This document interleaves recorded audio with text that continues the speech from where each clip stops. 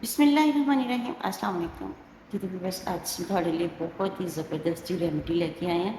ਤੁਸੀਂ ਵੀਡੀਓ ਨੂੰ ਬਿਲਕੁਲ ਵੀ ਛੱਡ ਕੇ ਕਿਤੇ ਨਹੀਂ ਜਾਣਾ। ਜੇ ਤੁਸੀਂ ਚਾਹੁੰਦੇ ਹੋ ਕਿ ਤੁਹਾਡੇ ਸਾਰੇ ਮਸਲੇ ਮਸਾਇਲ ਹੱਲ ਹੋ ਜਾਣ, ਦਰਦਾਂ ਵਾਲੇ, ਜਿਸਮ ਦੇ ਦਰਦ, ਤੁਹਾਡੇ ਜੋੜਾਂ ਦਾ ਦਰਦ, ਤੁਹਾਡੇ ਪੱਠਿਆਂ ਦਾ ਦਰਦ, ਈਵਨ ਕਿ ਜਿਸਮ ਦੇ ਕਿਸੇ ਵੀ ਹਿੱਸੇ 'ਚ ਤੁਹਾਡੇ ਕੋਈ ਦਰਦ ਹੁੰਦਾ ਹੋਵੇ, ਤੇ ਤੁਸੀਂ ਉਹਦੇ ਵਾਸਤੇ ਇਸ ਵੀਡੀਓ ਨੂੰ ਬਿਲਕੁਲ ਵੀ ਛੱਡ ਕੇ ਨਹੀਂ ਜਾਣਾ, ਕਿਉਂਕਿ ਜੇ ਕਿਹਾ ਜਾਵੇ ਕਿ ਇਸ ਤੋਂ ਇਲਾਵਾ ਕੋਈ ਹੋਰ ਇਲਾਜ ਹੋ ਨਹੀਂ ਸਕਦਾ ਤੇ ਇਹ ਵੀ ਝੂਠ ਨਹੀਂ ਹੋਏਗਾ। ਬਹੁਤ ਹੀ ਜ਼ਬਰਦਸਤ ਜੀ ਰੈਮਡੀ ਤੁਹਾਡੇ ਲਈ ਲੈ ਕੇ ਆਈ ਹਾਂ।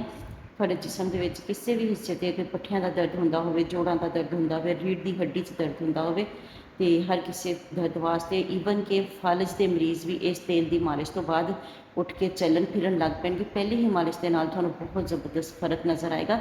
ਚਲੋ ਦੇਖਦੇ ਹਾਂ ਕਿ ਆਪਾਂ ਕੀ ਬਣਾਉਣ ਲੱਗੇ ਹਾਂ ਤੇ ਕਿਹੜਾ ਤੇਲ ਲਿਆ ਵਾ। ਇਹ ਸਭ ਤੋਂ ਪਹਿਲੇ ਆਪਾਂ ਤੇਲ ਜਿਹੜਾ ਵਾ ਗਰਮ ਕਰਨ ਵਾਸਤੇ ਰੱਖ ਦਿੱਤਾ ਵਾ।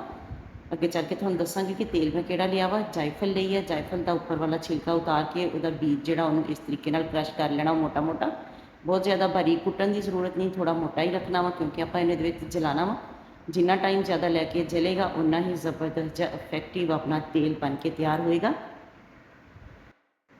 ਵੀਡੀਓ ਨੂੰ ਛੱਡ ਕੇ ਤੁਸੀਂ ਕਿਤੇ ਵੀ ਨਹੀਂ ਜਾਣਾ। ਜੇ ਤੁਸੀਂ ਚਾਹੁੰਦੇ ਹੋ ਕਿ ਜ਼ਬਰਦਸਤ ਇਹਦਾ ਫਾਇਦਾ ਤੁਸੀਂ ਲਵੋ, ਅੱਧਾ ਸਟਾਂਕ ਮੈਂ ਇਹਦੇ ਵਿੱਚ ਜਾਇਫਲ ਕੁੱਟ ਕੇ ਪਾ ਦਿੱਤੀ ਹੈ ਤੇ ਅੱਧਾ ਸਟਾਂਕ ਹੀ ਇਹਦੇ ਵਿੱਚ ਜਾਵਤਰੀ ਸ਼ਾਮਲ ਕਰ ਦਿੱਤੀ ਹੈ। ਤੇਲ ਨੂੰ ਪਹਿਲੇ ਗਰਮ ਕਰਨ ਵਾਸਤੇ ਰੱਖ ਦੇਣਾ। ਜਦੋਂ ਤੇਲ ਗਰਮ ਹੋਣਾ ਸ਼ੁਰੂ ਹੋ ਜਾਵੇ ਉਦੋਂ ਤੁਸੀਂ ਇਹ ਚੀਜ਼ਾਂ ਇਹਦੇ ਵਿੱਚ ਸ਼ਾਮਲ ਕਰਨੀਆਂ ਵਾ। ਤੇ ਇੱਕ ਚੀਜ਼ ਇਹਦਾ ਸੁਣ ਕੇ ਤੁਹਾਨੂੰ ਨਾਮ ਤੇ ਅਜੀਬ ਜਿਹਾ ਲੱਗੇਗਾ, ਮੈਨੂੰ ਵੀ ਅਜੀਬ ਹੀ ਲੱਗਾ ਸੀ, ਤੇ ਤੁਹਾਨੂੰ ਪੰਸਾਰ ਦੀ ਦੁਕਾਨ ਤੋਂ ਮਿਲ ਜਾਏਗੀ। ਤੰਦੂਰੇ ਦੇ ਬੀਜ ਇਹਨੂੰ ਕਹਿੰਦੇ ਆ, ਤੇ ਇਹ ਵੀ ਤੁਹਾਨੂੰ ਪੰਸਾਰ ਦੀ ਦੁਕਾਨ ਤੋਂ ਮਿਲ ਜਾਣਗੇ। ਇਹ ਵੀ ਤੁਸੀਂ ਅੱਧਾ ਸਟਾਂਕ ਲੈਣੇ ਆ।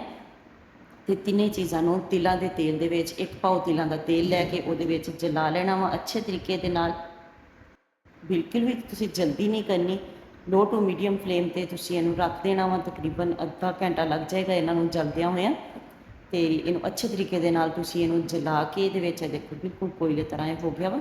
ਤੇ ਫਿਰ ਇਹਦੇ ਵਿੱਚ ਜਿਹੜੀ ਹੋਰ ਵੀ ਇਹਨੂੰ ਇਫੈਕਟਿਵ ਬਣਾਏਗੀ ਇੱਕ ਚੀਜ਼, ਉਹ ਇਹਦੇ ਵਿੱਚ ਆਪਾਂ ਸ਼ਾਮਲ ਕਰਨੀ ਹੈ। ਉਹ ਵੀ ਤੁਹਾਨੂੰ ਆਸਾਨੀ ਨਾਲ ਮਿਲ ਜਾਏਗੀ, ਲੇਕਿਨ ਤੁਹਾਨੂੰ ਥੋੜੀ ਜਿਹੀ ਹਿੰਮਤ ਕਰਨ ਦੀ ਜ਼ਰੂਰਤ ਆ। ਤੇ ਉਹ ਆਪਾਂ ਇਹਦੇ ਵਿੱਚ ਸ਼ਾਮਲ ਕਰਾਂਗੇ ਅੱਕ ਦਾ ਦੁੱਧ।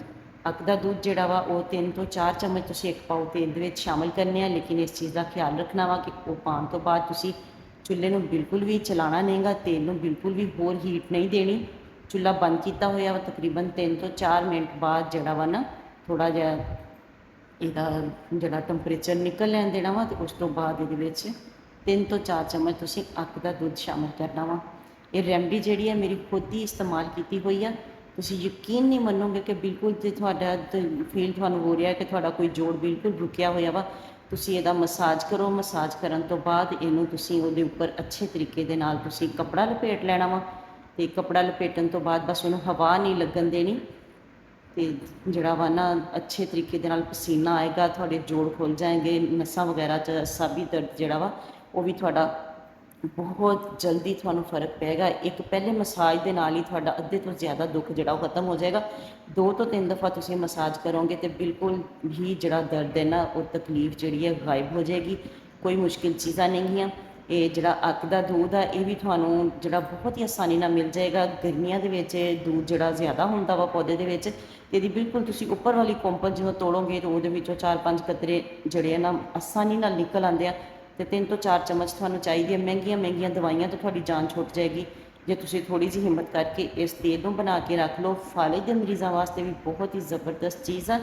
ਇਹਨੂੰ ਬਿਲਕੁਲ ਐਵੇਂ ਨਾ ਸਮਝਿਓ, ਇਸ ਰੈਮਡੀ ਨੂੰ ਸਦਕਾ ਜਾਰੀਆ ਸਮਝ ਕੇ ਇਹਨੂੰ ਸ਼ੇਅਰ ਜ਼ਰੂਰ ਕਰਿਓ ਬਾਕੀ ਲੋਕਾਂ ਤੱਕ, ਕਿਉਂਕਿ ਹੋ ਸਕਦਾ ਹੈ ਕਿ ਕਿਸੇ ਦੀ ਤਕਲੀਫ ਤੁਹਾਡੇ ਇੱਕ ਇੰਨੀ ਕੀ ਰੈਮਡੀ ਦੱਸਣ ਦੇ ਨਾਲ ਹੱਲ ਹੋ ਜਾਵੇ। ਕਿਉਂਕਿ ਬਹੁਤ ਲੋਕ ਜਿਹੜੇ ਆ ਇਹ ਪੱਠਿਆਂ ਦੇ ਦਰਦ ਤੋਂ, ਜੋੜਾਂ ਦੇ ਦਰਦ ਦੀ ਵਜ੍ਹਾ ਤੋਂ, ਹੱਡੀਆਂ ਦੇ ਦਰਦ ਦੀ ਵਜ੍ਹਾ ਤੋਂ ਬਹੁਤ ਜ਼ਿਆਦਾ ਪਰੇਸ਼ਾਨ ਹੁੰਦੇ ਆ। ਮਹਿੰਗੀਆਂ ਮਹਿੰਗੀਆਂ ਦਵਾਈਆਂ ਖਾਂਦੇ ਆ, ਮਹਿੰਗੇ ਮਹਿੰਗੇ ਟਰੀਟਮੈਂਟ ਕਰਵਾਉਂਦੇ ਆ, ਲੇਕਿਨ ਉਹਨਾਂ ਨੂੰ ਫ਼ਰਕ ਬਿਲਕੁਲ ਨਹੀਂ ਪੈਂਦਾ ਜਾਂ ਬਹੁਤ ਕਮ ਫ਼ਰਕ ਪੈਂਦਾ। ਤਾਂ ਤੁਸੀਂ ਇੱਕ ਦफ़ਾ ਇਸ ਤੇਲ ਨੂੰ ਮੇਰੇ ਕਹਿਣ 'ਤੇ ਬਣਾ ਕੇ ਦੇਖੋ। ਇਹਨੂੰ ਸ਼ੇਅਰ ਜ਼ਰੂਰ ਕਰਿਆ ਜੇ।